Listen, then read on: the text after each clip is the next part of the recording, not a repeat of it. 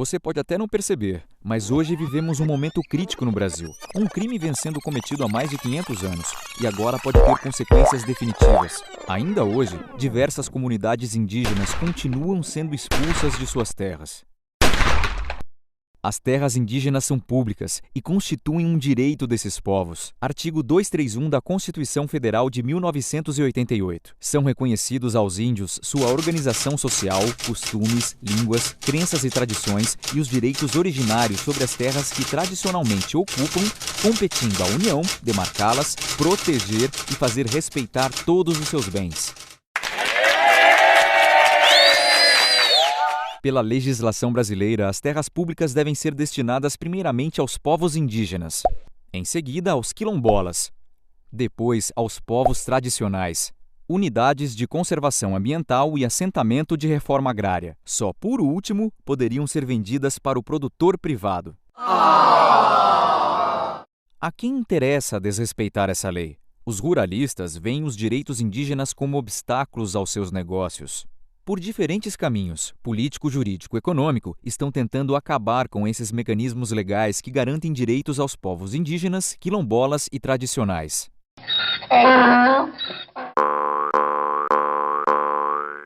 Na tentativa de demonstrar poder e pressionar o governo, os ruralistas estão ameaçando paralisar o abate de gado e a venda de grãos para provar que, sem eles, o país não sobrevive.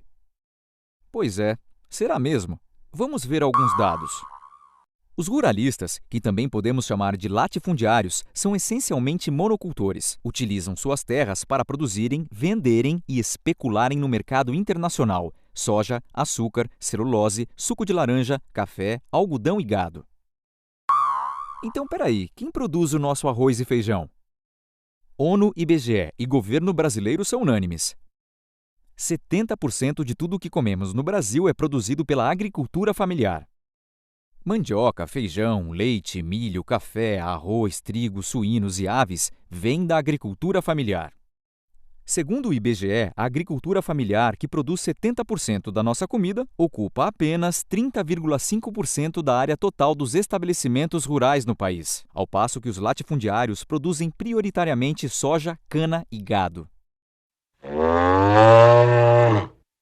Por ano, são abatidos no Brasil 32 milhões de cabeças de bovinos. Eles são criados, transportados e abatidos em condições precárias. Os ruralistas defendem que, com esse lucro, geram riquezas, ajudam a desenvolver o país e criam empregos. Mas será? Do dinheiro que eles ganham, praticamente nada vai para os trabalhadores rurais. Os latifundiários não empregam mais que 25% do total das pessoas ocupadas no campo. São as pequenas propriedades as grandes geradoras de emprego no campo. Para se ter uma ideia, uma grande fazenda na Amazônia emprega-se diretamente uma pessoa a cada 700 bois, que ocupam uma área de aproximadamente 1.000 hectares. A mesma área com agricultura familiar empregaria pelo menos 100 vezes mais, distribuindo muito melhor a renda. Além disso, em julho, a lista suja do trabalho escravo também bateu o recorde de condenados por este crime. 500 escravagistas listados. Destes, 180, 36% são pecuaristas, 19 plantam cana e 13 são sojicultores. Ou seja, não cumprem com a legislação trabalhista, como também não cumprem com a legislação ambiental. Ah, mas não vamos esquecer que são eles os campeões no uso de veneno na agricultura, comprometendo a nossa saúde e a biodiversidade. O setor pecuário é reconhecido pela Organização das Nações Unidas para a Agricultura e Alimentação como um dos 2 ou 3 maiores responsáveis pelos mais sérios problemas ambientais em todas as escalas, da local à global. Cerca de 70% das áreas desmatadas da Amazônia são usadas como pastos e plantações cultivadas para a produção de ração animal, que cobrem uma grande parte dos 30% restantes. Mas, apesar de produzirem menos alimento, empregarem poucos trabalhadores, utilizarem mão de obra escrava e ainda poluírem o meio ambiente, os ruralistas recebem muito dinheiro do governo. Só no Plano Safra 2011 e 2012, os fazendeiros receberam um financiamento de 107,2 bilhões, contra apenas 16 bilhões para a agricultura familiar. Mas sabe o que deixa um ruralista nervoso? Aqueles que resistem defendendo suas terras e seu território.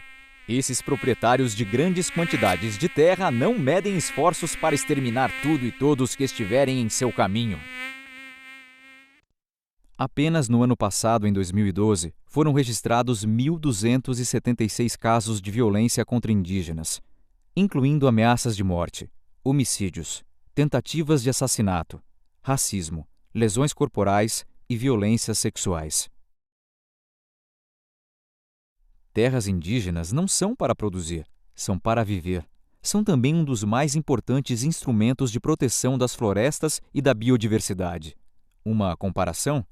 No mês de junho, tivemos um desmatamento recorde na Amazônia. 184 km². 63% desta destruição ocorreu em terras privadas ou griladas por fazendeiros, e 0% em terras indígenas. Na mão dos latifundiários, a função principal da terra não é a produção de alimentos, mas servir a um ciclo de negócios para a acumulação de riquezas. Ele começa com a aquisição de terras, mais obtenção de financiamentos públicos, mais perdão das dívidas pelos bancos públicos, mais lucro pela terra, mais compra de mais terras, mais obtenção de mais financiamento e etc, etc, etc. Os proprietários vão, ano a ano, engordando seus bolsos simplesmente por possuírem a terra.